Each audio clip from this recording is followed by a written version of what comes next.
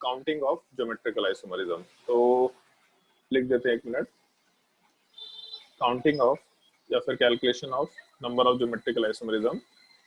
और सबसे पहले इस चीज को हम तुम्हारे मैथ्स वाले पार्ट से एसोसिएट करेंगे। ऑल्दो इसमें आदित्य आर्यन अनूप तुमने परम्यूटेशन कॉम्बिनेशन पढ़ा है क्या अभी तक? यस सर, 10th में पढ़े थे। अच्छा 10th से पढ़ा था, बहुत हाई लेवल तो नहीं पढ़ा, चलो ठीक है कोई बात नहीं। और ज्योत्सना? नहीं सर, याद नहीं। चलो ठीक है। जैसे हम थोड़े सिंपल सिंपल केसेस की बात कर रहे हैं, सबसे सिंपल केस में जैसे सबसे पहले मान लो कॉइन्स की बात करते हैं, यही से हम लोग सारा डिस्कशन शुरू करेंगे। अगर कॉइन्स वाले पार्ट में हम लोग के पास एक कॉइन है, केवल एक कॉइन, 2 रुपए का हो 5 रुपए का उससे मतलब नहीं, अगर एक कॉइन है तो टोटल पॉसिबल आउटकम्स कितने होते हैं? तो नॉर्मली अगर हम लोग के पास डिफरेंट कॉइन्स होते हैं तो हम लोग ऐसे लिखते हैं ना कि जैसे टोटल पॉसिबल आउटकम में अगर हेड हो गया तो हेड, टेल हुआ तो टेल, मतलब टोटल 2 पॉसिबल आउटकम्स है। वो वर्टिकली ऐसा प्लेस कर दें, ये जरूरी नहीं होता है, मतलब कुछ पॉसिबल। आदित्य आर्यन के आगे क्या लिखा है भाई आदित्य? तो हम लोग एक कॉइन को जब टॉस करेंगे तो एक कॉइन को टॉस करने पे टोटल पॉसिबल आउटकम्स हम लोग 2 लेके चलते हैं। अगर 2 डिफरेंट कॉइन्स हुए तो 2 डिफरेंट कॉइन वाले पार्ट में क्या पॉसिबिलिटी निकल के आएगा? तो उस केस में फिर हम लोग आराम से ऐसा कंसिडर कर सकते हैं कि उस केस में हम लोग आराम से ऐसा बोल सकते हैं कि एक कॉइन पर हम लोग हेड ले लें, दूसरे कॉइन वाले पार्ट पे हेड ले लें। एक पॉसिबिलिटी, एक कॉइन पे हेड ले लें, दूसरे कॉइन पे टेल ले लें। क्योंकि दोनों यूनिक कॉइन नहीं है, मतलब दोनों डिफरेंट कॉइन्स दे रखे हैं अपने पास, तो उस केस में एक पे टेल हो गया, दूसरे पे हेड हो गया और दोनों पे टेल हो गया, तो टोटल मिला के 4 पॉसिबिलिटी है। अगर मान लो 3 कॉइन्स होता तो 3 कॉइन्स वाले पार्ट में हेड हो गया, हेड हो गया, हेड हो गया, फिर किसी एक पे टेल ले लिए, और क्योंकि तीनों डिफरेंट कॉइन्स है तो किसी पे हेड लो किसी पे टेल लो से कोई फर्क नहीं पड़ रहा। तो इस केस में किसी एक पे अगर हम लोग टेल लेते हैं तो ऐसा कर लेते हैं, हेड हेड टेल या फिर हेड टेल सर हेड। आपके पीछे कोई फ्लूट बजा रहा है क्या? नहीं, आवाज आ रहा है बहुत। अरे यार बाहर कुछ कुछ चल रहा है शायद, जहाँ तक हमको लग रहा है। तो इस केस में हम लोग आराम से रिएक्शन वाले पार्ट में, 1 मिनट रुक जाओ।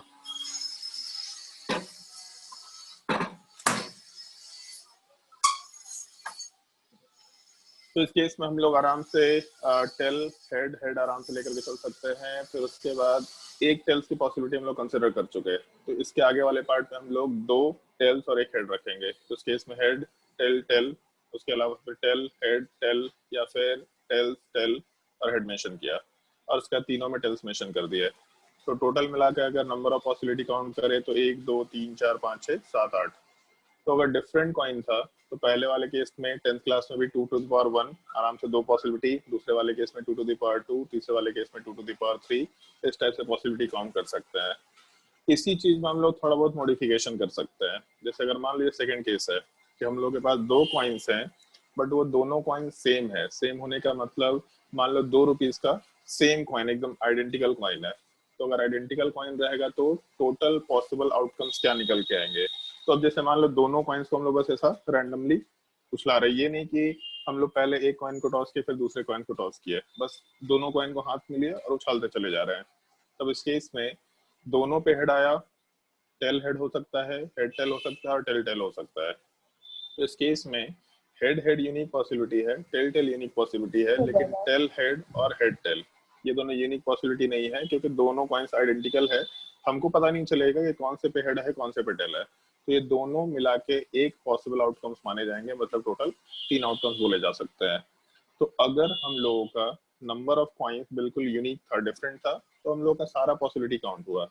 बट अगर नंबर ऑफ कॉइन्स में कुछ पार्ट आइडेंटिकल हो गए तो आइडेंटिकल होने के वजह से कुछ पॉसिबिलिटीज हम लोग की वहां से खत्म हो जाती है, और कुछ पॉसिबिलिटी जो खत्म हुई उसको हम लोग 1 काउंट कर रहे हैं। मतलब है पॉसिबिलिटी, वो चारों पॉसिबिलिटीज आया है, लेकिन उस 4 में से 2 पार्ट कॉमन है, तो अगर कॉमन है तो उसको हम लोग 1 काउंट करेंगे, और अगर उसको 1 काउंट किए तो टोटल डिफरेंट पॉसिबल आउटकम्स 3 के बराबर मेंशन कर सकते हैं हम लोग। तो यही चीज हम लोग ज्योमेट्रिकल आइसोमेरिज्म में अप्लाई कर रहे हैं। जैसे अगर मान लो एक डबल बॉन्ड है, तो एक डबल बॉन्ड में क्या क्या पॉसिबिलिटी है? तो इधर सिस हो सकता है या फिर ट्रांस हो सकता है, इन दोनों के अलावा तो कोई पॉसिबिलिटी नहीं है। तो एक कॉइन को जब टॉस करते थे तो हेड और टेल होता था, तो सिमिलर टाइप से एक डबल बॉन्ड के लॉन्ग अगर ज्योमेट्रिकल आइसोमर पॉसिबल है, ये बाय डिफॉल्ट कंडीशन है, अगर ज्योमेट्रिकल आइसोमर पॉसिबल है तो एक डबल बॉन्ड के लॉन्ग सिस हो सकता है, ट्रांस हो सकता है। इसको कॉइन से कैसे रिलेट करें? तो अगर कंपाउंड अनसिमेट्रिकल हुआ तो अनसिमेट्रिकल कंपाउंड में हम लोगों का 2 to the power n, जैसे अनसिमेट्रिकल कॉइन था, डिफरेंट कॉइन था, सिमिलर टाइप से अगर डबल बॉन्ड वाले पार्ट को हम लोग अनसिमेट्रिकल मान के चल रहे हैं, और अनसिमेट्रिकल बोलने का मतलब इस तरह का केस कि हम पूरे कंपाउंड को 20 से डिवाइड कर रहे हैं, तो एक हाफ में ब्रोमीन है, दूसरे हाफ में क्लोरीन है, अनसिमेट्रिकल कंपाउंड। अगर अनसिमेट्रिकल कंपाउंड रहा तो उस केस में पहले वाले कार्बन पे सिस, दूसरे वाले पे सिस, पहले वाले पे ट्रांस, दूसरे वाले पे सिस, पहले वाले पे सिस, दूसरे वाले पे ट्रांस, और दोनों पे ट्रांस। ये चारों ही डिफरेंट कंपाउंड्स निकल के आएंगे, चारों ही बिल्कुल यूनिक आउटकम्स निकल के आएंगे। चारों को काउंट कर सकते हैं। कैसे यूनिक आउटकम्स निकल के आएंगे इसकी बात करते हैं। मान लो अगर हम लोगों का पहले वाले केस में सिस रखना है, तो सिस रखने का मतलब हम लोगों का दोनों हाइड्रोजन वाला पार्ट सेम साइड में जाएगा। तो अगर दोनों हाइड्रोजन सेम साइड में जाएगा मतलब इस डबल बॉन्ड वाले पार्ट के ऊपर हम लोग का जो ब्रोमीन ग्रुप है और इसके आगे का जो ग्रुप है, ये दोनों हम लोग को सेम साइड में डालना होगा। तो पहले वाले केस में ब्रोमीन को तो और दूसरे ग्रुप, बारिश बहुत ज्यादा हो रहा है। यार बारिश तो हो रहा है लेकिन इधर तो बंद हो गया बारिश, मतलब इस साइड बारिश बंद हो गया अब। तो इस केस में जैसे हम लोगों का ब्रोमीन वाला पार्ट जिस साइड में गया उसी साइड में कार्बन चेन वाला पार्ट गया, तो ये सिस हो गया।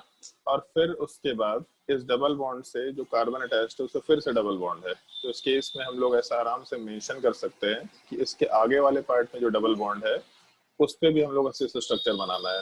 तो पहले वाले पे भी सिस स्ट्रक्चर हो गया, दूसरे वाले पे भी सिस स्ट्रक्चर हो गया, तो यहाँ वाले पार्ट में क्लोरीन को डाल सकते हैं। तो ब्रोमीन वाला पार्ट अपने डबल बॉन्ड के लॉन्ग सिस स्ट्रक्चर में था, दोनों हाइड्रोजन को देख लो सेम साइड है। दूसरे वाले केस में भी दोनों हाइड्रोजन सेम साइड है, तो दोनों को सिस बोल दिया। दूसरा ट्रांस और सिस, तो पहले वाले डबल बॉन्ड के लॉन्ग ट्रांस स्ट्रक्चर मतलब ब्रोमीन के अपोजिट डायरेक्शन में कार्बन चेन को डालेंगे, तो ये ट्रांस हो गया। फिर दूसरे वाले पार्ट में सिस स्ट्रक्चर है, तो दूसरे वाले में अगर सिस डालना है तो क्लोरीन को और कार्बन चेन को सेम साइड में डालेंगे, तो यहाँ पे ट्रांस और सिस स्ट्रक्चर मेंशन कर दिया। फिर उसके बाद अगर हम लोग अगले स्ट्रक्चर की बात करें, मान लो सिस ट्रांस की बात करें, तो पहले वाले पार्ट में हम लोग को सिस बनाना है, तो एक तरफ ब्रोमीन आ गया और उसी तरफ कार्बन चेन आ गया। बट जो दूसरा पाई बॉन्ड है उसमें ट्रांस अगर बनाना है तो एक तरफ कार्बन चेन है तो उसके अपोजिट साइड क्लोरीन होना चाहिए। तो पहले वाले पे सिस स्ट्रक्चर, दूसरे पे ट्रांस स्ट्रक्चर, और सबसे लास्ट वाले पार्ट में ट्रांस ट्रांस बनाना है, तो पहले वाले पाई बॉन्ड पे ट्रांस स्ट्रक्चर ऐसा मेंशन कर दिया और दूसरे वाले पाई बॉन्ड पे भी ट्रांस स्ट्रक्चर। तो एक चीज सोच के देखो, अगर ये चारों कंपाउंड की बात करते हैं तो पहले वाले स्ट्रक्चर में तो बहुत ही यूनिक स्ट्रक्चर है, मतलब सारे पाई बॉन्ड बिल्कुल नजदीक नजदीक, मतलब सारे पाई बॉन्ड के ऊपर जो बड़े बड़े ग्रुप है वो नजदीक नजदीक रहने की टेंडेंसी में है। इसको हम लोग किसी भी स्ट्रक्चर से एसोसिएट नहीं कर सकते। ये भी स्ट्रक्चर बिल्कुल यूनिक है क्योंकि क्लोरीन और ब्रोमीन बिल्कुल मैक्सिमम डिस्टेंस पे है, ऐसा कहीं भी नहीं है। तो ये दो स्ट्रक्चर तो यूनिक है।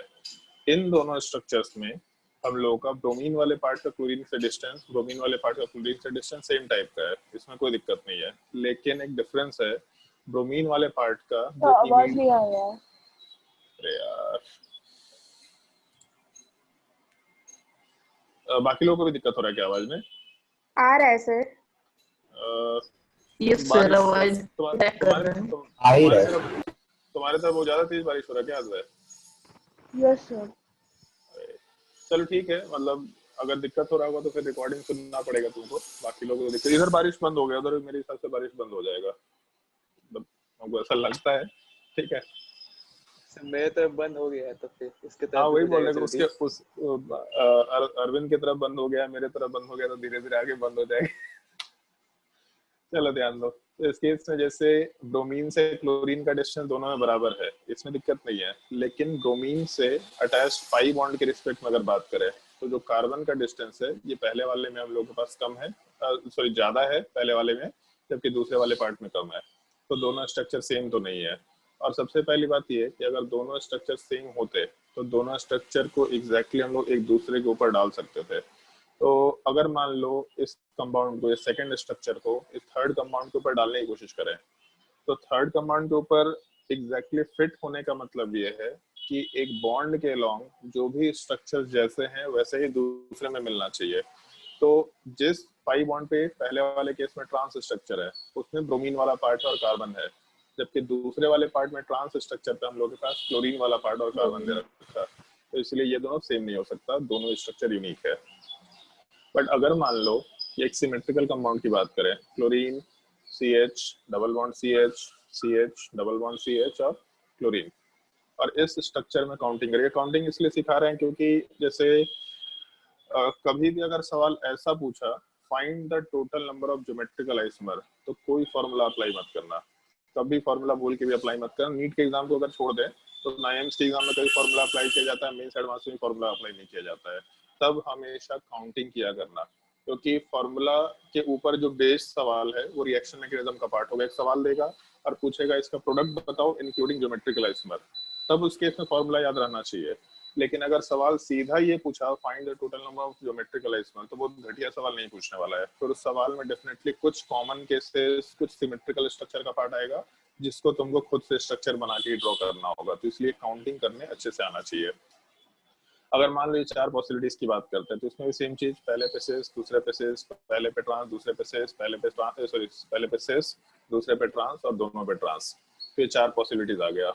अगर स्ट्रक्चर वाइज बात करें तो पहले में सिस बनाना है, तो पहले डबल बॉन्ड पे सिस जिसमें एक तरफ क्लोरीन और एक तरफ कार्बन चेन होगा, ये डबल बॉन्ड। इसमें एक तरफ सिस में क्लोरीन और कार्बन चेन वाले पार्ट को सेम साइड रखे। फिर जो दूसरा पाई बॉन्ड आया इसमें भी इस कार्बन चेन को और क्लोरीन वाले पार्ट को सेम साइड रखेंगे और दोनों हाइड्रोजन अपने आप सेम साइड आ जाएगा। तो अगर दोनों हाइड्रोजन सेम साइड गया तो क्लोरीन और ये कार्बन चेन वाला पार्ट सेम साइड आ गया। तो इसका मतलब ये हम लोग का सिस स्ट्रक्चर हो गया, पहला चीज। दूसरा, हम पहले ट्रांस स्ट्रक्चर बना देते हैं यहाँ पे। तो ट्रांस स्ट्रक्चर अगर बनाएंगे तो ऊपर क्लोरीन गया, ट्रांस में डबल बॉन्ड वाला पार्ट, फिर उसके बाद वापस से डबल बॉन्ड वाला पार्ट नीचे भी गया, ये ट्रांस स्ट्रक्चर बोल सकते हैं। इसके आगे अगर सिस ट्रांस और ट्रांस सिस बनाए तो पहले वाले पे ट्रांस बना देते हैं, पहले क्लोरीन नीचे डबल बॉन्ड वाला पार्ट, और दूसरे वाले पे सिस है तो क्लोरीन हम लोग के इसी कार्बन चेन के साइड में आ जाएगा। और उसके अलावा अगर दूसरे स्ट्रक्चर को कंसिडर करें, पहले यहाँ पे ट्रांस था फिर सिस, तो अब सिस ट्रांस ले लेते हैं। तो डबल बॉन्ड के लॉन्ग क्लोरीन और कार्बन चेन, फिर उसके बाद डबल बॉन्ड वाले पार्ट पे ट्रांस स्ट्रक्चर। तो अगर इन दोनों स्ट्रक्चर्स को कंसिडर करें हम लोग तो ये दोनों स्ट्रक्चर सेम निकल के आएगा। कैसे सेम निकल के आएगा? तो इस पार्टिकुलर कंपाउंड वाले पार्ट को रोटेट करके देखो तो अपने आप ये स्ट्रक्चर वाला पार्ट सेम निकल के आएगा। एक बार हम ट्राई करके देखते हैं, 1 मिनट रुको।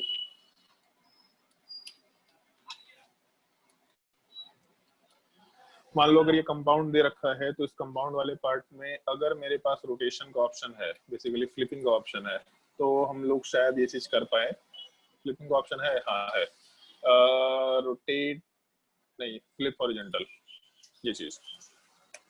तो जैसे इसको हॉरिजॉन्टली फ्लिप किया है तो हॉरिजॉन्टली फ्लिप करने के बाद यहाँ पे क्लोरीन है, इधर क्लोरीन है, फिर यहाँ डबल बॉन्ड वाला पार्ट, नीचे डबल बॉन्ड वाला पार्ट, फिर ये बॉन्ड नीचे गया, इसको हम सेलेक्ट कर लेते हैं और सिलेक्ट करके जब इसको ऊपर वाले कंपाउंड पे डालेंगे तो एग्जैक्टली ये चीज फिट बैठ रहा है। मतलब हम लोग के दोनों कंपाउंड एग्जैक्टली सेम टाइप का निकल के आ गया।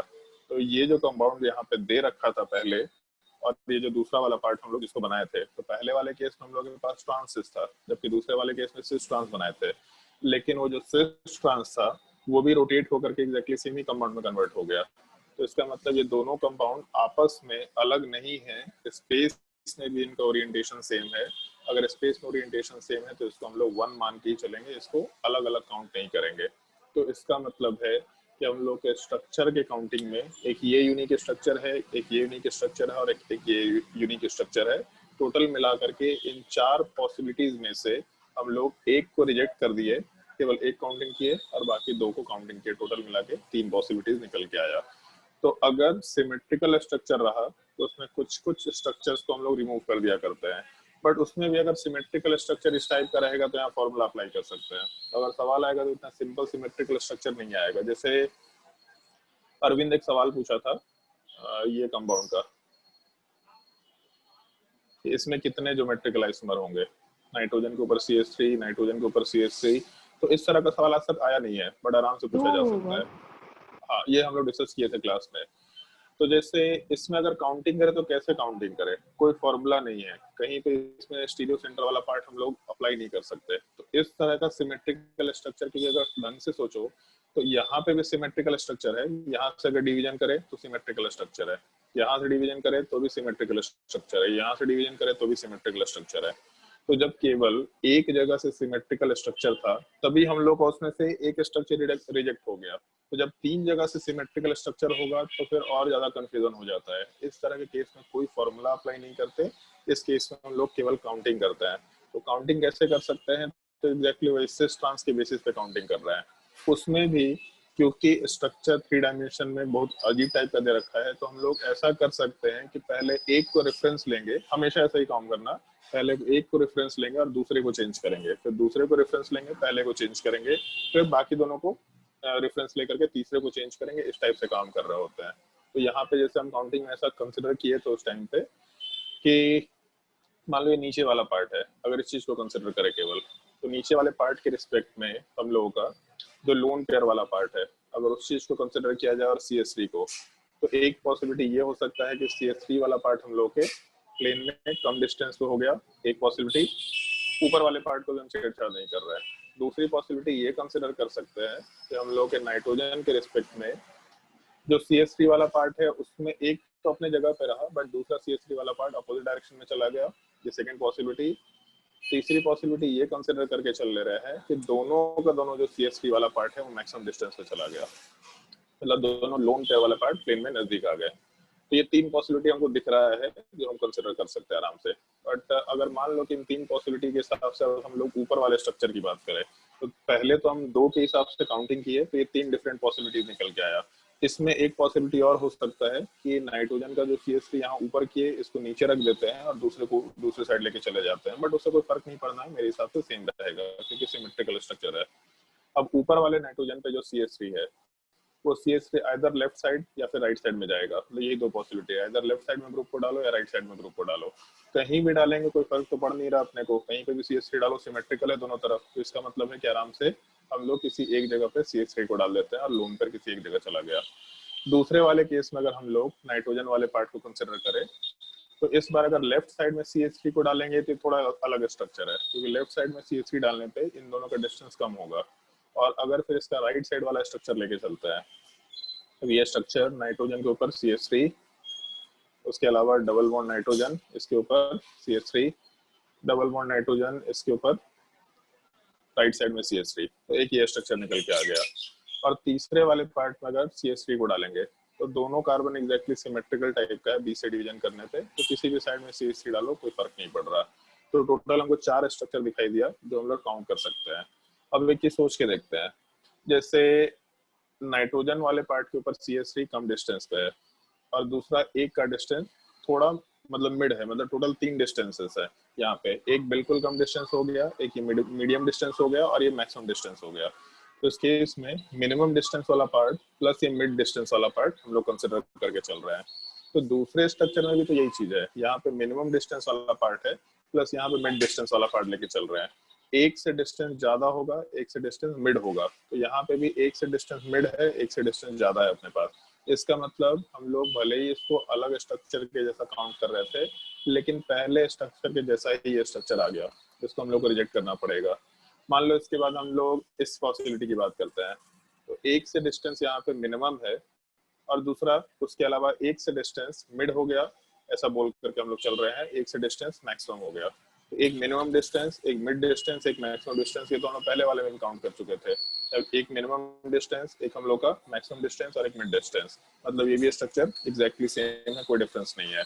इनफैक्ट अगर हम लोग ये जो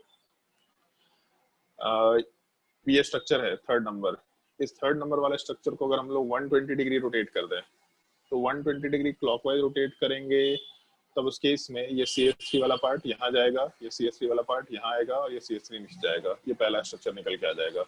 तो इस केस में थर्ड स्ट्रक्चर भी हम लोग का सेम निकल के आ गया, इसको भी रिजेक्ट कर दिया। और ये फोर्थ स्ट्रक्चर की बात करते हैं, ये भी मिड डिस्टेंस है, ये भी मिड डिस्टेंस है और ये भी मिड डिस्टेंस है। तो यहाँ पे तीनों डिस्टेंसेस मिड पॉइंट के हिसाब से चल रहा है, तो यहाँ वाला पार्ट का स्ट्रक्चर पहले वाले से यूनिक है। तो 4 स्ट्रक्चर्स बनाए तो थे, बट 4 में से हम लोग का 2 पार्ट कोई ना कोई जगह से कॉमन निकल के आ गया। तो इसका मतलब आराम से हम लोग 2 आइसोमर्स की बात कर रहे हैं। अगर इसमें केवल ये पार्ट नहीं होता, केवल ये पार्ट, तब उस केस में अपने पास 3 आंसर निकल के आता। मतलब एक ग्रुप ऐड होने से ज्योमेट्रिकल आइसोमर ऐड नहीं हुआ, इनफैक्ट कम हो गया अपने पास। तो इस केस में इस तरह के स्ट्रक्चर्स में हम लोग जहाँ बहुत सिमेट्रिकल स्ट्रक्चर है, आराम से काउंटिंग करेंगे, कोई फॉर्मूला अप्लाई नहीं करेंगे, इस एक चीज का ध्यान रखना है। स्ट्रक्चर बनाने सीखना पड़ेगा, ऐसा नहीं बोल रहे कि एक ही बार में सीख लेंगे। इस तरह के केसेस हम बहुत बार सॉल्व किए हैं, तो इसलिए हम सोच पाते हैं कि चलो ठीक है, एक बार डिस्टेंस कम किया, डिस्टेंस बढ़ाया, बट तुम लोगों को थोड़ा प्रैक्टिस करना पड़ेगा। ये पार्ट समझ आया तुम लोगों को ज्योमेट्रिकल आइसोमेरिज्म के काउंटिंग का? अगर ये समझ आया है तो फिर हम लोग फॉर्मूले के हिसाब से कुछ कुछ कैलकुलेशंस करेंगे सिंपल सिनेरियोज में, और उसके बाद फिर हम लोग कुछ रिंग वाले केसेस का काउंटिंग करना शुरू करेंगे। अगर कोई डाउट होगा तो पूछते चले जाना। तो जैसे ऊपर वाले केसेस में हम लोग कंसिडरेशन लेके चले कि अगर हम लोग का अनसिमेट्रिकल स्ट्रक्चर है तो चारों पॉसिबिलिटीज हमेशा यूनिक रहेगा, इसमें कोई दिक्कत नहीं है। मतलब अगर हम लोग के पास अनसिमेट्रिकल स्ट्रक्चर है तो 2 टू द पावर n जैसे कॉइन को टॉस कर रहे तो वो चीज होगा। बट अगर सिमेट्रिकल स्ट्रक्चर है तब उस केस में हम लोग का थोड़ा बहुत पार्ट कॉमन निकल के आएगा, उसको हम लोग को रिजेक्ट करना होगा। हम लोग एक छोटा सा टर्म मेंशन किया करेंगे, अभी आते हैं उस चीज पे। अगर हम लोग total number of geometrical isomerism का काउंटिंग करें तो सबसे पहले तो यही देखना कि हम लोग का सिमेट्रिकल मॉलिक्यूल है कि अनसिमेट्रिकल मॉलिक्यूल है। अनसिमेट्रिकल है तो केस बहुत इजी होता है, और सिमेट्रिकल होता है तो फिर सोचना पड़ता है कि सिमेट्रिकल स्ट्रक्चर में भी किस तरह का सिमेट्रिकल स्ट्रक्चर है। अनसिमेट्रिकल अगर रहा तो सीधा हम लोग फॉर्मूले में 2 to the power n mention कर सकते हैं, जहाँ पे n वाला part number of geometrical center होगा, और यहाँ पे रिंग को यूज नहीं कर रहे हम लोग। रिंग के केस में कोई फॉर्मूला अप्लाई नहीं कर सकते, रिंग के केस में हमेशा काउंटिंग करना होता है। तो ये जो अनसिमेट्रिकल स्ट्रक्चर है इसमें 2 टू द पावर n जैसे कॉइन को टॉस करते थे, जहाँ पे n is equal to number of geometrical center जिन रेस्ट्रिक्टेड रोटेशन स्ट्रक्चर के अलोंग ज्योमेट्रिकल आइसोमर पॉसिबल है, उसको ये n वाले पार्ट में डालेंगे, अभी नीचे मेंशन करेंगे हम लोग। और सिमेट्रिकल वाले पार्ट में अगर number of geometrical centre even हुआ तब उस केस में अलग कैलकुलेशन है, अगर number of geometrical centre odd हुआ तब उस केस में अलग कैलकुलेशन है। और इवन वाले पार्ट में हम लोग कैलकुलेशन करते वक्त 2 to the power n-1 plus 2 to the power n-2/2 ये फॉर्मूला अप्लाई करते हैं। और ऑड वाले पार्ट में 2 to the power n-1 plus 2 to the power n-1/2 इस चीज को अप्लाई करते हैं। सिंपली बस सोचना कि अगर क्या क्या क्या बोल रहा था, इसको डिराइव कर सकते हैं। डिराइव डेफिनेटली किया गया होगा। जैसे हम शायद हम तो नहीं कर सकते इस चीज को डिराइव, लेकिन हम तुम लोगों से पूछ सकते हैं ये चीज। जैसे अगर मान लो कि ऐसा मेंशन किया कि मेरे पास 3 कॉइन दे रखा है, ठीक है, इस टाइप से, और इन 3 कॉइन को टॉस करना है। तो जैसे हम लोग ये जो 2 टू द पावर n निकाले, ये कैसे निकाले, तो हर एक कॉइन पे पॉसिबिलिटी था 2 आउटकम्स का, 2 आउटकम का, 2 आउटकम का, तो 2 इंटू 2 इंटू 2 इंटू 2 इस टाइप से पॉसिबिलिटी चलता चला गया। तो जितने कॉइन्स होंगे उसको यहाँ पे n पे पुट किया। अब अगर मान लो कि इस पार्ट को हम लोग सिमेट्रिकल लेके चल रहे हैं, अब सिमेट्रिकल का मतलब क्या है, इसका हम एक कंडीशन अप्लाई कर रहे हैं, ठीक है, कि हम लोग केवल एक काम कर सकते हैं कि हम लोग मान लो कि एक टेबल है, उस टेबल पे इस कॉइन को टॉस कर रहे हैं, और केवल हम लोग टेबल को रोटेट कर सकते हैं। तो अगर हम लोग परमुटेशन कॉम्बिनेशन के केसेस में इस तरह का कंडीशन अप्लाई करें कि हम कॉइन्स को टॉस तो कर रहे हैं, पहला कॉइन यहीं पे रहेगा, दूसरा कॉइन यहीं पे रहेगा, तीसरा कॉइन यहीं पे रहेगा, मतलब एक कॉइन मिड में रहेगा तो मिड में ही रहेगा। पहले हम लोग क्या कर रहे थे कि तीनों कॉइन्स को एक ही बार में टॉस कर रहे थे।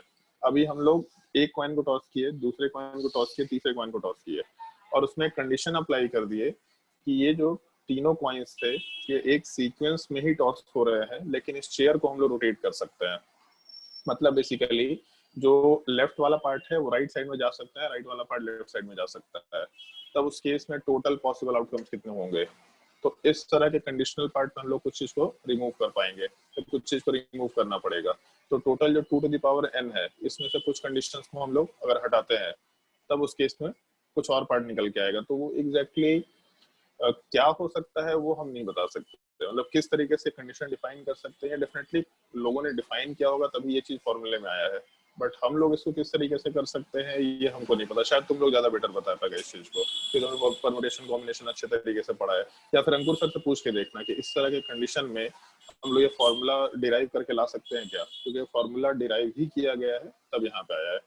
तो उसमें ये कंडीशन केवल ध्यान रखना कि हम लोग जैसे कंपाउंड है बेसिकली, तो एक कंपाउंड वाला पार्ट हमेशा स्ट्रेट लाइन में है।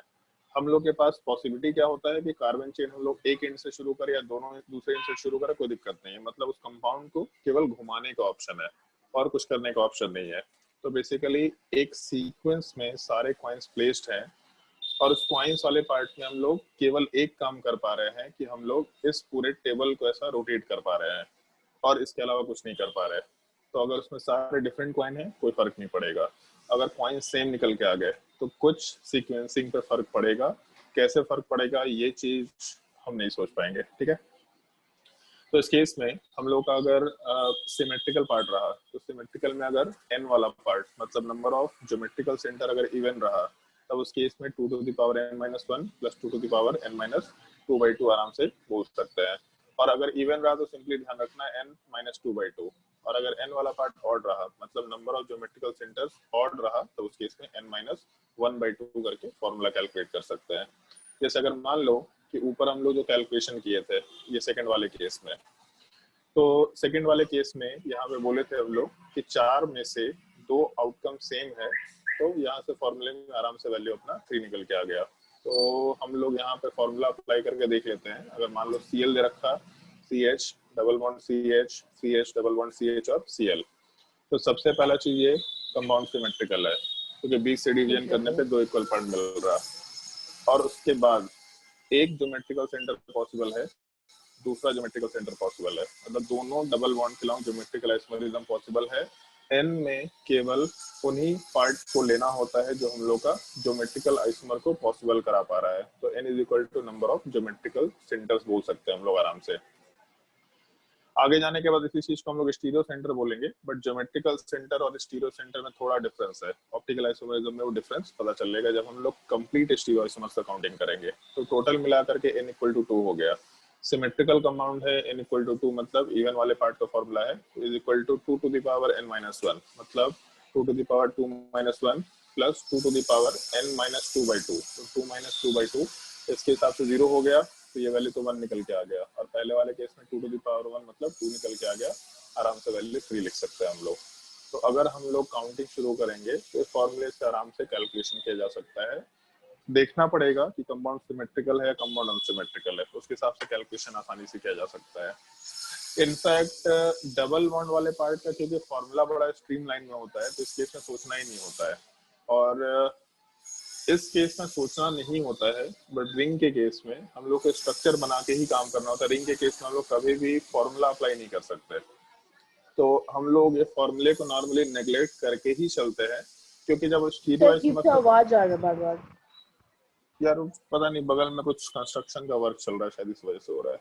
हाँ, तो हम लोग जैसे जो नंबर ऑफ स्टीरियो आइसोमर्स से काउंटिंग करेंगे, जो सबसे पहले लेक्चर में बताया था तुम लोगों को आइसोमर्स में कि total number of stereo isomer मतलब स्ट्रक्चरल आइसोमर और स्टीरियो आइसोमर। स्टीरियो में कन्फिगरेशनल का हम लोग काउंटिंग करते हैं, ऑप्टिकल प्लस ज्योमेट्रिकल, तो उसमें ये फॉर्मूला अपने आप आ जाता है। तो इसलिए हम लोग को अलग से कुछ सोचना नहीं पड़ता है। तो इसलिए हम लोग इस फॉर्मूले को नॉर्मली बस सीखने के लिए सीखते हैं, बट केवल एक पार्टिकुलर सिनेरियो को छोड़ करके इस फॉर्मूले को बोल सकते हैं।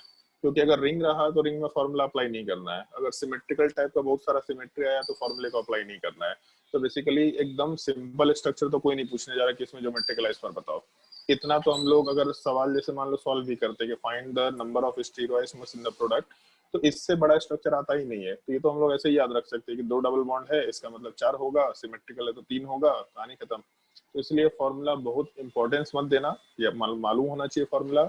सिमिलर टाइप का फॉर्मूला स्टीरियो आइसोमर में आएगा तो वहां पे चीज अपने आप याद होना शुरू हो जाएगा। बट ठीक है, अभी शुरुआत में काउंटिंग सीख रहे हैं तो ये चीज मालूम होना चाहिए हम लोगों को। इसमें एक चीज हम लोग कर सकते हैं, जैसे मान लो कि चलो पहले हम लोग 3 डबल बॉन्ड वाला पार्ट देख लेते हैं। क्लोरीन के साथ CH डबल बॉन्ड CH, फिर उसके बाद CH double bond CH, CH double bond CH और Cl। तो सबसे पहला चीज ये चेक करो कि सिमेट्रिकल है या अनसिमेट्रिकल है। तो बीच से डिवीजन करना केवल, तो इस साइड में डबल बॉन्ड CH, फिर 2 कार्बन वाला पार्ट डबल बॉन्ड के साथ और एक क्लोरीन है। राइट साइड में double bond CH, 2 carbon double bond के साथ और एक क्लोरीन, मतलब सिमेट्रिकल स्ट्रक्चर है। और सिमेट्रिकल स्ट्रक्चर में बस ये चीज देखना कि हम लोग का डबल बॉन्ड में कहाँ कहाँ ज्योमेट्रिकल आइसोमर पॉसिबल है। अरे यार पता नहीं क्या कंस्ट्रक्शन वर्क चल रहा है। एक मिनट रुको।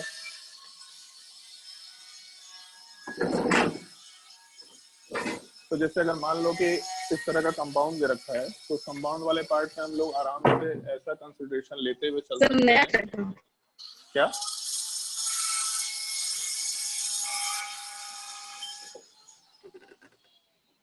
हाँ सर नया स्टार्टअप।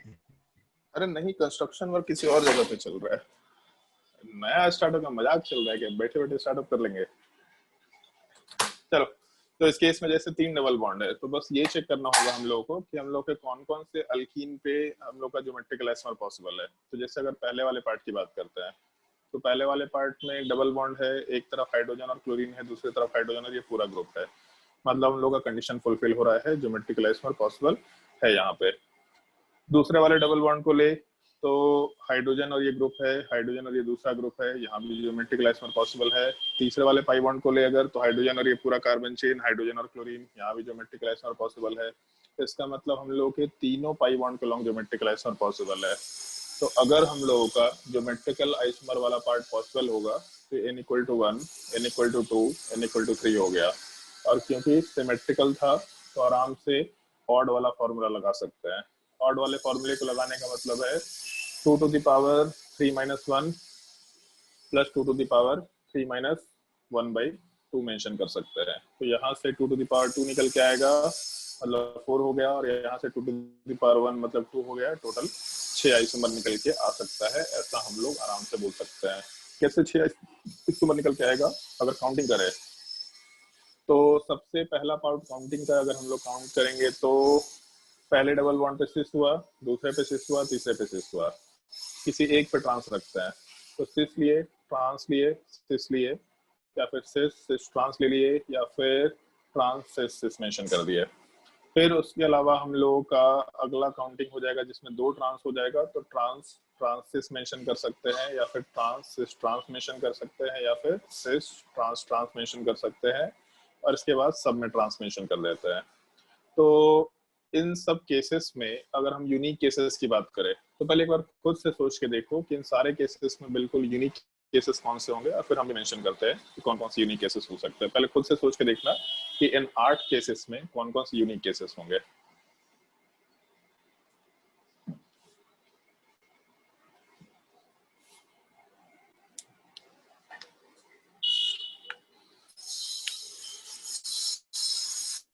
The first to 8.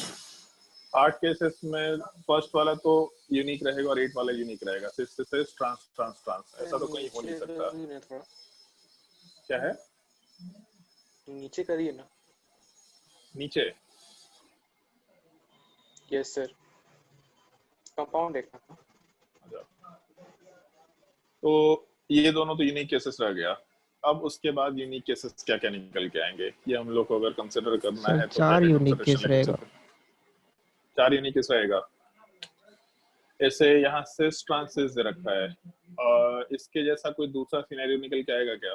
इसके जैसा कोई दूसरा सिनेरियो तो निकल के नहीं आएगा, क्योंकि जैसे एक चीज है उसमें ये सिंपली सोच के देखना कि अगर हम लोग कंपाउंड को रोटेट करते, जैसे बोला था ना कि टेबल है, इसको ऐसा 180 डिग्री रोटेट किया तो सेम चीज निकल के आना चाहिए। तो कोई भी कंपाउंड देगा तो उसके बीच के एक्सिस से उसको रोटेट करके देखना। अगर मान लो कि हम लोग इस कंपाउंड को रोटेट करते हैं, तो 180 डिग्री रोटेट करने पे बीच से हम लोगों का सिस ट्रांसिस आएगा ही।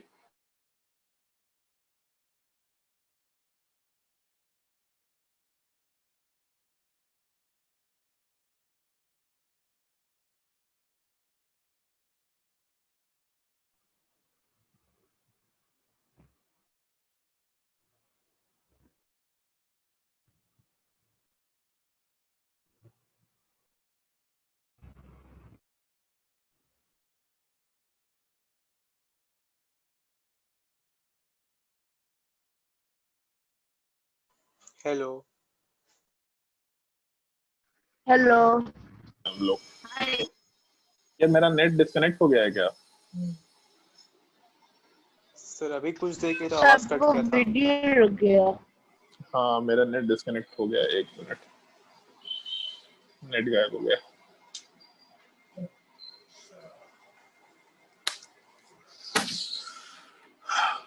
विशाल सर, नेट डिस्कनेक्ट हो गया। चलो ठीक है, हम तुम लोग, तुम्हारा स्क्रीन, तुमको स्क्रीन दिख रहा है कि नहीं दिख रहा है? स्क्रीन दिखना बंद हो गया नो है। सर। स्क्रीन दिखना बंद हो गया है, हमको ही फोन में दिखाई दे रहा है। वाईफाई ही गायब हो गया है। क्या हो गया भाई?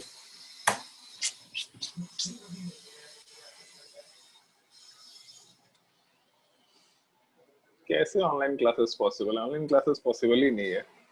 इंडिया में इकोसिस्टम नहीं है ऑनलाइन क्लासेस का, इंटरनेट कनेक्शन ही नहीं बहुत है। ज्यादा मेहनत है सर। मतलब इंडिया के सिस्टम में इस तरह की चीजें पॉसिबल नहीं। ऊपर से आंधी तूफान, बोकारो में तो और पॉसिबल नहीं है। बोकारो में इतना आंधी तूफान आते रहता है कि और पॉसिबल नहीं है यार। तो वाईफाई बंद हो गया है। चलो ठीक है, हम तुम लोग को बोल रहे हैं वर्बली, वो चीज तुम लोग को समझ में आ जाएगा कि जैसे हम लोग स्ट्रक्चर की जो बात करके चल रहे थे, उन स्ट्रक्चर्स वाले पार्ट में जैसे सब अपने कॉपी में लिख भी सकते हैं, अगर लिखना है तो कोई दिक्कत नहीं है। कैमरा ऑन कर लीजिए, उससे क्या ऑन फिर कर लें? दिखाते रहिएगा। अच्छा, कैमरा ऑन कर लीजिए, उससे फिर दिखाते रहिएगा। इतना कलाकारी करना है क्या? कैमरा में पीछे वाला कैमरा कैसे ऑन होगा? हाँ, हो गया। ऐसा बोल रहा है क्या? Yes sir. चलो ठीक है, देख लो। तो इस केस में जैसे अगर हम लोग पहले वाले स्ट्रक्चर की बात करते हैं, ठीक है, केवल पहले वाले स्ट्रक्चर की बात करते हैं, तो ये तो यूनिक था, इसमें कोई दिक्कत नहीं है हम लोग के पास। इसको हम थोड़ा और बड़ा करके 90 डिग्री रोटेट करना। ये पहला डिग्री वाला पार्ट ठीक है, इसमें कोई दिक्कत नहीं है। 90 डिग्री रोटेट करें ऐसा। हाँ, फिर जो दूसरा स्ट्रक्चर है इसमें सिस ट्रांसिस लिखे, ये भी यूनिक निकल पहले ही जाएगा। ठीक था सर। अब तुम लोग बहुत मार मारेंगे तुम लोग को हम। पहले ही ठीक, दूसरा ही ठीक तक कर रहा है, खुद को 90 डिग्री रोटेट कर लो। तो इस केस में जो दूसरा स्ट्रक्चर है ये भी अपना ठीक है, इसमें कोई दिक्कत नहीं, यूनिक है। लेकिन जो तीसरा स्ट्रक्चर था हम लोग का यहाँ पे सिस सिस ट्रांस, जब इसको रोटेट किया था तो ट्रांस सर सीधा नहीं है। थर्ड और फोर्थ मिला के ये सीधा है। नो सर, अभी नहीं भी सर, सीधा नहीं है। फोन का सर 90 आप डिग्री घुमाना है। सर आप 90 डिग्री बोल के 180 क्यों रोटेट कर रहे हैं? 90 डिग्री मतलब सीधा है ऐसा सर, सीधा बोल- है, सीधा है। ये बोल रहा है, ये ठीक है। हाँ सर। अच्छा चलो ठीक है ठीक है। तो इस केस में जैसे हम लोग का थर्ड स्ट्रक्चर जो है इसमें सिस सिस ट्रांस मेंशन किया और ट्रांसिस मेंशन किया हुआ था, ठीक है।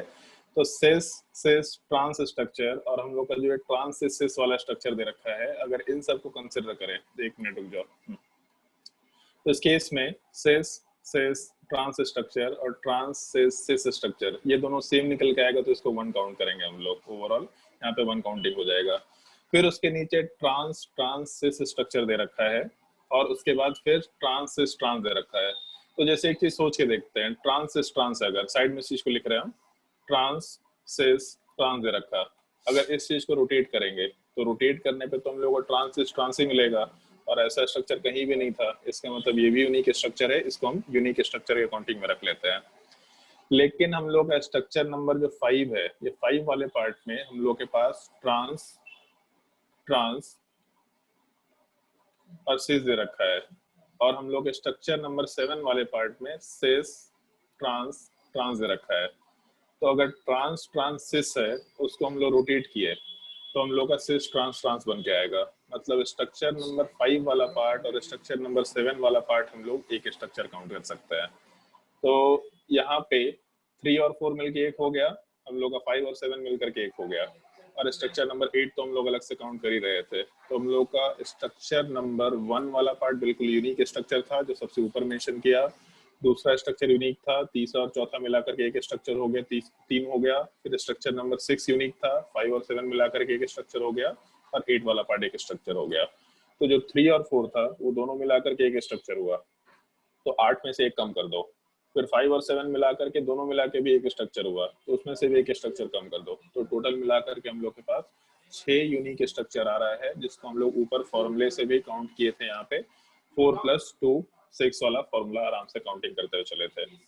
तो ये जो फॉर्मूला वाला पार्ट है ये हम लोग आराम से अप्लाई कर सकते हैं, कोई दिक्कत नहीं है। लेकिन फॉर्मूले के एप्लीकेशन को करने आना चाहिए, बट इसको रट के मत बैठना, क्योंकि अगर इसको रट के बैठेंगे तब उस केस में जब भी कभी सिमेट्रिकल स्ट्रक्चर होगा, तो सिमेट्रिकल स्ट्रक्चर में जैसे अगर एक सिमेट्रिसिटी वाला पार्ट है, अभी हम लोग कमांड में यही काम किए थे कि हम लोग केवल एक जगह से डिवीजन किए थे यहाँ पे, मतलब एक सिमेट्रिकल स्ट्रक्चर या एक पॉइंट ऑफ सिमेट्री या एक लाइन ऑफ सिमेट्री है, तब तो अपना कुछ केसेस कम हो गया। लेकिन जैसे हम परमुटेशन कॉम्बिनेशन की जो बात किए थे, जो अभी बोल रहा था कि फॉर्मूले में कैसे काउंटिंग करेंगे, तो अगर हम लोग टेबल को 180 डिग्री रोटेट किए तो उसमें से क्या क्या पॉसिबिलिटी हटा, तो उसमें क्या क्या पॉसिबिलिटी हटा, इस चीज के लिए कैलकुलेशन में कुछ पार्ट को हटाया हम लोग। बट अगर मान लो कि एक जगह के सिमेट्रिसिटी से दो दो जगह से सिमेट्रिकल स्ट्रक्चर हो जाए, मतलब एक इधर भी सिमेट्रिकल हो जाए, इधर भी सिमेट्रिकल हो जाए, तो अगर तीन तीन जगह से सिमेट्रिकल होगा तो कितना पॉसिबिलिटी उसमें से रिजेक्ट करेंगे हम लोग, ये फॉर्मूले में अप्लाई किया जा सकता है। लेकिन फिर तो ऐसा होगा कि अगर मान लो दो सिमेट्रिकल एक्सिस निकल के आया तो उसके हिसाब से एक फॉर्मूला याद रखो, तीन सिमेट्रिकल स्ट्रक्चर आया तो उसके हिसाब से फॉर्मूला याद रखो। और क्योंकि हम लोग के सिलेबस में बहुत बड़ा स्ट्रक्चर देगा नहीं, तो इतना क्यों याद रखना है। तो उस तरह के केसेस में काउंटिंग करना सीखना, शुरू में गलती होगा आंसर कोई दिक्कत नहीं है, बट एक बार गलती होगा तो उससे सीखने को मिलेगा कि अच्छा इस तरह का सवाल है तो ऐसा। फिर जैसे जैसे आगे ये टॉपिक बढ़ता जाएगा तो उनको खुद ही समझ में आता जाएगा कि फॉर्मूला बेकार है याद रखना, सीधा स्ट्रक्चर बनाना सीख लेते हैं। भले ही इसमें टाइम लगेगा, हो सकता है 2 मिनट का टाइम लगे, लेकिन एटलीस्ट स्ट्रक्चर हम लोग सही से बनाएंगे। तो इसलिए उसके स्ट्रक्चर को बना के ही काम करना, फॉर्मूला याद रखना। अगर कभी सिंपल सा सवाल है तो फॉर्मूला अप्लाई करके आंसर निकाल लिया, लेकिन फॉर्मूले को यूज में मत रखना, केवल याद रखना है उसको, बट अप्लाई करने की कोशिश मत करना। रेदर देन क्वेश्चन पे टाइम दे देना 2 मिनट का एक्स्ट्रा, लेकिन स्ट्रक्चर ड्रॉ कर करके ही क्वेश्चन सॉल्व करना, ये इन जनरल मेरा सजेशन होगा। लेकिन आज उसना तुम्हारे लिए सिंपल सजेशन होगा, आंख बंद करके फॉर्मूला अप्लाई करो। नीट का पेपर जैसा आ रहा है, सीधा आंख बंद करो, फॉर्मूला अप्लाई करते जाओ। तुमको फॉर्मूला याद होना चाहिए, अप्लाई करने कैसे होता है ये चीज मालूम होना चाहिए, इसमें कोई दिक्कत नहीं है। और इसके अलावा फिर एक रिंग वाला पार्ट रहेगा। तो आज तो इंटरनेट गायब हो गया, वरना हम रिंग वाला स्ट्रक्चर का काउंटिंग बताते। तुम लोग एक काम कर सकते हैं, रिंग वाले पार्ट का जो काउंटिंग है, क्योंकि वो काउंटिंग बेसिकली स्ट्रक्चर बनाने सिखाना ही है हमको, तो उसका हम एक छोटा सा लेक्चर बना देंगे। उस लेक्चर को तुमको बोलेंगे देखने के, वो तुमको सीखना है खुद से। यार फोन के हॉटस्पॉट से हो सकता तो था, लेकिन हम अपने सिस्टम से जो हॉटस्पॉट वाला जो वो है उसको हटा दिए थे अभी कुछ दिन पहले, हम दूसरे सिस्टम में डाल दिए, तो इसलिए अभी नहीं हो पाएगा। मेरा मन तो है क्लास लेने है, क्योंकि हम ज्योमेट्री क्लास में पढ़ाना चाह रहे थे आज, मतलब ये टॉपिक कंप्लीट करना चाह रहे थे हमसे, बट चलो ठीक है, कोई दिक्कत नहीं है। जो रिंग वाले तो पार्ट का काउंटिंग है, सपोर्ट करता है आपका क्या क्या डेस्कटॉप? क्या यूएसबी टी3 सपोर्ट करता है? यूएसबी टीथरिंग के लिए मेरे डेस्कटॉप में वो एक आता है ना, लोग डोंगल टाइप का आता है छोटा सा, उसको लगाने से वाईफाई आराम से कनेक्ट कर सकते हो। वो तो है मेरे पास, लेकिन हम दूसरे मतलब सिस्टम में यूएसबी लगा केबल से आता है फोन में ऑप्शन यूएसबी टी3 का? यूएसबी टीथरिंग मेरे आईफोन में पता नहीं शायद है या नहीं है। आईफोन का अलग ही झमेला होता है। मैकबुक में कनेक्ट कर सकते, लेकिन नॉर्मल ये तो पीसी से बात है। कनेक्ट नॉर्मल पीसी में कनेक्ट नहीं कर सकते, ये एक थोड़ा प्रॉब्लम है। चलो ठीक है, कोई दिक्कत नहीं है। तुम लोग को लेक्चर का वीडियो भेजेंगे कि तुमको लेक्चर देखना है कि रिंग के केस में कैसे काउंटिंग करता है। सिंपल सा केस, बहुत ज्यादा कुछ कॉम्प्लिकेशन नहीं, लेकिन ध्यान रखना अगर एक साइक्लिक स्ट्रक्चर रहा तो साइक्लिक स्ट्रक्चर में हमेशा हम लोग स्ट्रक्चर बना के काउंटिंग करेंगे कि कितने ज्योमेट्रिकल आइसोमर है। इस केस में हम लोग कभी भी फॉर्मूला अप्लाई नहीं करेंगे, फॉर्मूले अप्लाई करने पे उसमें गलती के चांसेस होता है। ये होगा कि जब हम लोग total number of stereo isomer count करेंगे तो वहां पे एक फॉर्मूले को डिफाइन करके हम लोग सीख सकते हैं कि ज्योमेट्रिकल आइसोमर कैसे काउंट करते हैं उसमें। लेकिन अभी के लिए तुम लोग को स्ट्रक्चर ड्रॉ करके ही काम करना है, उसमें कोई फॉर्मूला अप्लाई नहीं करना है, तो आराम से ज्योमेट्रिकल आइसोमरिज्म वाला पार्ट है काउंटिंग सीख सकते हो, उसमें कोई दिक्कत नहीं है। कुछ कुछ क्वेश्चंस होंगे जो हम तुम लोगों को आइदर वर्कशीट में हम होमवर्क दे देंगे, और नहीं वर्कशीट में शायद से है नहीं, पर हमको अपने सिस्टम में देख लेने दो। वर्कशीट में शायद से ज्योमेट्रिकल आइसोमरिज्म का काउंटिंग नहीं था जो हमको ध्यान है। ज्योमेट्रिकल आइसोमरिज्म का काउंटिंग नहीं है, total number of stereo isomer के काउंटिंग में इस इशू कंसीडर किया जाता है। तो अगर इस पे वर्कशीट नहीं है तो तुम लोग हम कुछ क्वेश्चंस का वर्कशीट बना करके अलग से भेज देंगे आज शाम तक, ताकि तुम लोग ज्योमेट्रिकल आइसोमरिज्म की काउंटिंग देख लो। एक तुमको वीडियो देखना होगा खुद से कि रिंग के केस में कैसे ज्योमेट्रिकल आइसोमर बना सकते हैं, और उसके बाद वो वर्कशीट वाले पार्ट को सॉल्व करना। वो ज्यादा क्वेश्चन नहीं देंगे उसमें, मैक्सिमम 10 से 12 या 13 क्वेश्चन देंगे। अच्छा एक चीज बताओ, किसका इसका हाफ ईयरली आने वाला है? सर चल रहा है।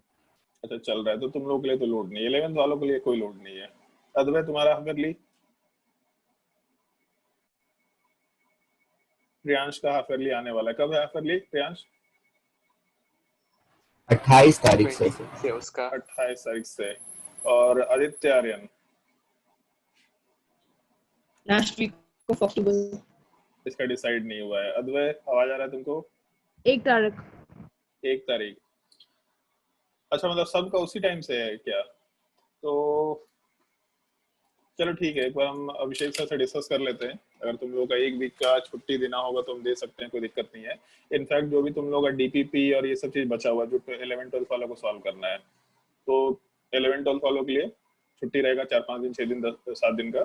उस टाइम पे जितना भी तुम लोग का डीपीपी वगैरह सब बाकी रह गया है, क्योंकि अभी उसमें केमिकल काइनेटिक्स का डीपीपी है, केमिकल बॉन्डिंग वाले पार्ट का डीपीपी है, वो सारा का सारा डीपीपी भेज देंगे। तुम लोग ये 10 दिन में जितना हो सकता है क्वेश्चन सॉल्व करो, और उसके बाद 11th वालों का प्रिसाइजली उन डीपीपी से एसोसिएटेड कुछ कुछ डाउट क्लासेस वगैरह हम लोग लगा देंगे। वो सारे के सारे क्वेश्चन को सॉल्व करके जितना डाउट पूछना होगा अपना 10 दिन में सॉल्व कर लेना। उसी बहाने तुम्हारा रिवीजन भी हो जाएगा सारे टॉपिक्स का, कोई दिक्कत नहीं है। क्योंकि हाफ ईयरली चलेगा तो हम नहीं चाहेंगे कि हाफ ईयरली में इतना लोग मतलब होमवर्क, अगर होमवर्क नहीं कराएंगे तो फिर कोई सेंस नहीं पढ़ाई कराने का, एटलीस्ट तुम लोगों को तो नहीं है। तो इसलिए होमवर्क करना मस्ट है। तो ठीक है, 5-6 दिन ब्रेक डालेंगे। वैसे बहुत क्लास चल रहा है तुम लोग का, मतलब हर वीक 12 क्लास चल रहा है। इतना तो 12th वाले का क्लास नहीं चल रहा है। 12th वाले लोग परेशान हो गए थे कि सारा बहुत क्लास हो गया है। तो तुम लोग ऑलरेडी क्लास बहुत चल रहा है, 12 क्लासेस बहुत, मतलब एक्चुअल में इतना क्लास चलना चाहिए, बट 12 इस क्लासेस। वीक छुट्टी क्यों नहीं दी है? यार हम लोग को पता नहीं था कि हाफ ईयरली का एग्जाम कब है, तो इसीलिए छुट्टी नहीं दिया गया। कर सकते हैं इस वीक हम लोग संडे को, सैटरडे को छुट्टी कर दी, मतलब वीक में 5 ही दिन तुम लोग का क्लास लगाएंगे। अभी जैसे हम लोग ऐसा प्लान किए थे कि 5 दिन क्लास लगाएंगे, जब हाफ ईयरली खत्म होगा तो उसके बाद फिर कोई दिक्कत नहीं है। उसके बाद तो फिर स्कूल वाले लोग थोड़ा लोड कम कर देते हैं, तो हो सकता है उस टाइम पे क्लासेस वगैरह बढ़ा दें हम लोग। पर ठीक है, हम लोग का सफिशिएंटली कोर्स ठीक ठीक चल रहा है, कोई दिक्कत नहीं है। इनफैक्ट अब तो इनऑर्गेनिक केमिस्ट्री शुरू होगा तो 10th वाले लोगों को दिक्कत भी नहीं होगा। तो एक बार अभिषेक सर से बात कर लेते हैं हम लोग कि अगर क्वेश्चन से रिलेटेड असाइनमेंट्स वगैरह देना है तो वो हम लोग दे सकते हैं, ताकि अपने 11th वाले लोग जो है वो आराम से असाइनमेंट सॉल्व करें 10 दिन। अब क्वेश्चन में कोई कमी नहीं होगा। अब तुम लोग का डाउट क्लास अलग से लगा देंगे। टॉपिक्स हम लोग रोक सकते हैं 4 या 5 या 6 दिन के लिए, या फिर 10 दिन के लिए आराम से, यहाँ तक कोई दिक्कत ना हो। तो इसीलिए बस हम लोग का ठीक ठीक चल ही रहा है, काफी आगे भी चल रहा है, तो कोई दिक्कत नहीं है। और नहीं तो फिर एक काम कर सकते हैं कि वीक में 12 की जगह पे अभी 5 या 6 क्लासेस लगा सकते हैं। एक बार हम लोग डिस्कशन कर लेते हैं और तुम लोगों से भी बात कर लिया जाएगा, उसके हिसाब से क्लास का शेड्यूल हम लोग देख लेंगे आराम से। बट हाफ ईयरली का एग्जाम है, और क्योंकि हम इसलिए 11th वालों को लेकर के उतने टेंशन में नहीं है।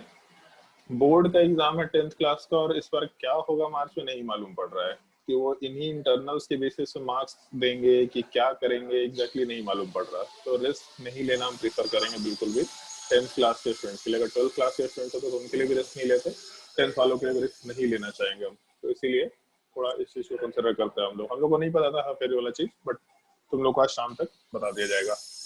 बाकी किसको किसको दिक्कत है ये बता दो हाफ ईयरली को लेकर के, सर छुट्टी डाल दीजिए, छुट्टी डाल दीजिए, जानना जरूर चाहेंगे हम। तो शाम को क्लास रख रहा तो कर लीजिए। शाम में क्लास रखना है तो रख लीजिए, ठीक है। नहीं, शाम को क्लास रहेगा तो कर लीजिए। अच्छा, शाम में क्लास नहीं रहा तो कर लीजिए, 1:30 बजे से दिक्कत नहीं है। अद्वै क्या छुट्टी है? क्या सर? छुट्टी चाहिए कि नहीं चाहिए? कब? अभी हाफ ईयरली के लिए। यस सर, चाहिए, इस वीक चाहिए। ओके। और अनूप? सर मेरा तो चल रहा है, हम क्या लेंगे अब छुट्टी। तो तुम्हारा पता चला कि तुम छाप छाप के आंसर दे रहा है। सर जो नहीं पढ़े वो क्या करेंगे? गूगल को यूज कर रहा है। अरविंद? सर मेरा चिंता छोड़ दीजिए सर, मेरा भी चल रहा है। चलो ठीक है। और कौन है? ज्योत्सना? मेरा तो नेक्स्ट मंथ से है ना। अच्छा, नेक्स्ट मंथ से है तुम्हारा? तो ठीक है, काम कर लो, नेक्स्ट मंथ से तो तैयारी अच्छे से करके रख लो अभी से ही। वैसे भी तुम्हारा सारा टॉपिक्स वगैरह एटलीस्ट फिजिक्स केमिस्ट्री में तो भी रखा है, तो तैयारी पहले से करके रख लो ताकि उस टाइम पे छुट्टी की जरूरत ना पड़े, ठीक है। और प्रियांश? ठीक है सर, दे ही दीजिए। ओके, तो ठीक है, हम लोग एक बार डिस्कशन कर लेते हैं, फिर बताते तुम लोगों को। 11th वाले लोगों को होमवर्क बढ़ जाएगा, उन लोगों का डिस्कशन हो जाएगा आराम से। और शायद हम लोग देखते हैं, क्योंकि तुम लोगों को केमिकल बॉन्डिंग पढ़ा रखा है बहुत सारा चीज, तो उसमें कुछ कुछ टॉपिक्स हम आराम से 11th वालों को पढ़वा सकते हैं। उसमें मतलब 3 से 4 लेक्चर हम लोग को चाहिए होगा कुछ छोटे छोटे टॉपिक्स के लिए, सॉलिबिलिटी, थर्मल स्टेबिलिटी वगैरह सब। हाँ, वो थर्मल स्टेबिलिटी वाला पार्ट, तो उस चीज को डिस्कस कर लेंगे। उसी बहाने तुम लोगों का क्लास भी चल जाएगा। 10th वालों को वो सब क्लास करना भी नहीं है, कोई दिक्कत नहीं है। टेस्ट ब्लॉक सर में क्लास इनऑर्गेनिक स्टार्ट करवा दीजिए। हाँ वही इनऑर्गेनिक के लिए बोल रहे हैं कि इनऑर्गेनिक केमिस्ट्री में जैसे एस ब्लॉक 2 लेक्चर में खत्म हो जाएगा, उसके अलावा thermal stability, solubility, hydrolysis, silicate, ये सब स्ट्रक्चर 10th वालों को पढ़ना भी नहीं है अभी, तो इसीलिए हम लोग आराम से अभी क्लासेस में 3-4 क्लासेस उसी टॉपिक का लगा देंगे, तो क्लासेस भी चल गया और तुम ये 10th वालों को दिक्कत भी नहीं रहेगा। हम लोग आज ही डिस्कशन करके, हो सकता है तुम्हारे टाइम टेबल में थोड़ा चेंजेस करे, बता दिया जाएगा तुम लोगों को, ठीक है। चलो ठीक है, तो आज के लिए क्लास एंड करते हैं। वो वीडियो का लिंक हम लोगों को डीपी आप लोग का ठीक से नहीं आ रहा है। क्या नहीं आ रहा? डीपी यहाँ लिखा हुआ है ना, स्मार्ट प्रेप एकेडमी, उसके नीचे ठीक से नहीं आ रहा है, पूरा नहीं लिखा हुआ। अरे छोड़ो यार, आवाज आ रहा है यही बहुत है, टेंशन मत लो। आज शाम तक तुम लोगों को बताते हैं शेड्यूल में क्या क्या हम लोग चेंजेस कर सकते हैं और तुम लोग को इन्फॉर्म कर दिया जाएगा। और क्लासेस अगर कम होता है तो 11th वाले लोग क्वेश्चन सॉल्व करने में लग जाना अपना आराम से। आज के लिए क्लास एंड करते हैं। 2 चीज मिलेगा, इन दोनों को सॉल्व कर लेना। एक तो वीडियो देख लेना ज्योमेट्रिकल आइसोमेरिज्म में रिंग में कैसे ज्योमेट्रिकल आइसोमेरिज्म काउंट करते हैं, पहला। और दूसरा क्या बोलते हैं, दूसरा 10 या 12 क्वेश्चन का हम एक वर्कशीट देंगे, उस वर्कशीट को सॉल्व कर लेना। आज शाम तक इस चीज को भेजेंगे, बस ये दोनों काम कर लेना। तो उसके बाद फिर छुट्टी का हम लोग अनाउंसमेंट देख लेते कैसे कर सकते, ठीक है। तो आज के लिए क्लास एंड करते हैं। Thank you sir. चलो thank you okay, sir. Bye bye.